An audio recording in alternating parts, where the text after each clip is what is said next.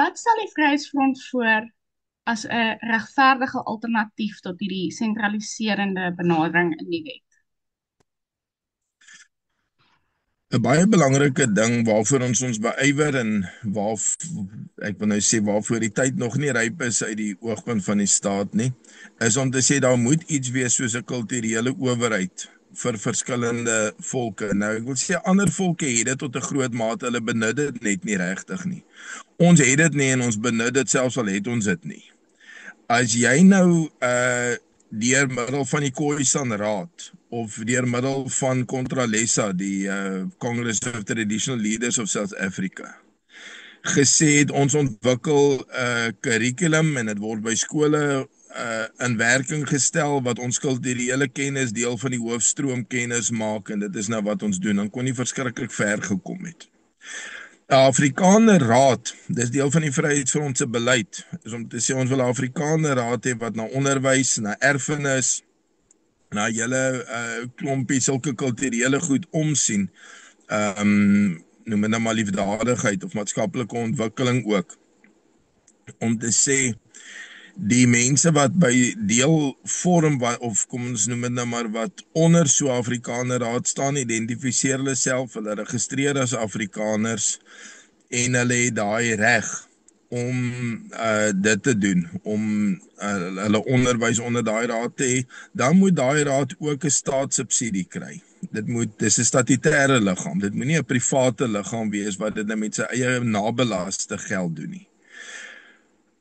Dit is 'n manier waarop kulturele verskeidenheid in baie lande in die wêreld geakkommodeer word. In Suid-Afrika is die klimaat glad nie daarvoor goed nie. En om die waarheid te sê, selfs ons eie mense voel tot 'n groot mate, weet jy, ons kry daai goeders gedoen sonder om dit amptelik te maak. Ons hou maar ons skole aan die gang. Ons doen nou maar ons ding so op 'n dag tot dag grondslag en so, jy weet, so bly ons aan die gang met 'n tipe van 'n kulturele owerheid. Maar hierdie goed sal geformaliseer moet word, want ons is eintlik soos 'n botteltjie ink wat jy in 'n groot dam uitgooi.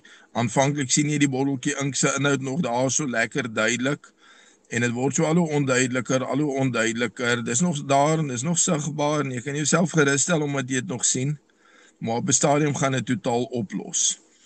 'n billike toekoms vir Suid-Afrika gaan oor die erkenning van kulturele verskeidenheid. Dit moet 'n grondgebied, 'n landgrondslag hê, maar daarvoor moet ons getalle gekonsentreer wees. Jy dwing nie dit af as jy 'n minderheid is nie. En dan moet dit 'n kulturele aspek hê. En ek dink wat ons eintlik moet doen is tot 'n groot mate skep jy die goed en dan kry jy erkenning daarvoor. Dit help nie om dit andersom te doen nie. Ons het nie 200 van die 400 parlementslede laat ons goed kan afdwing nie. 'n Mens kan in die toekoms koalisiepolitiek baie beter gebruik, gestel nou maar niemand het 'n meerderheid nie, dit word nog meer so as wat dit op die oomblik is. En jy sê wel ons kan deel uitmaak van 'n nasionale regering, maar dit kom teen 'n prys. Ons het 'n paar gedagtes rondom onderwys, ons het 'n paar gedagtes rondom desentralisering. As dit kan gedoen word, dan kan ons deel wees van 'n koalisieregering. En dan goed wat op die oomblik as ondenkbaar gereken word omdat dit ideologies totaal die teenoorgestelde is van die oorheersende ideologie. Ek wil sê die oorheersende ideologie is gesetel in sowel die ANC as die EFF, as MK en in die DA.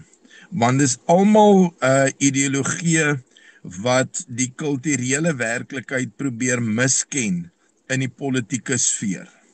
Maar kom ons sê nou maar iets soos akademia. Daar's niks duideliker nie. Ons kon nou hofsaake gehad het en daar was hofsaake oor voertaal in universiteite en allerhande goeters. Dit het ons nie baie ver gebring nie. Dieselfde kan geld nou ook vir basiese onderwys. Al hoe meer ons eie skole. Ek dink vir die afsienbare toekoms gaan daai stryd gestry word op die terrein van openbare skole, met ander woorde staatsskole. As die departement dan nou begin om skole te dwing om 'n ander karakter aan te neem terwyl die skool eintlik nog lewensvatbaar is soos wat hy is, dan sal 'n mens dit moet verdedig. Na mate mens dit verloor, moet jy die ander goed reeds in plek hê en dan moet jy hulle kan verdedig. Maar dan verdedig jy iets wat jy self besit. Jy verdedig nie iets wat die staat eintlik besit nie.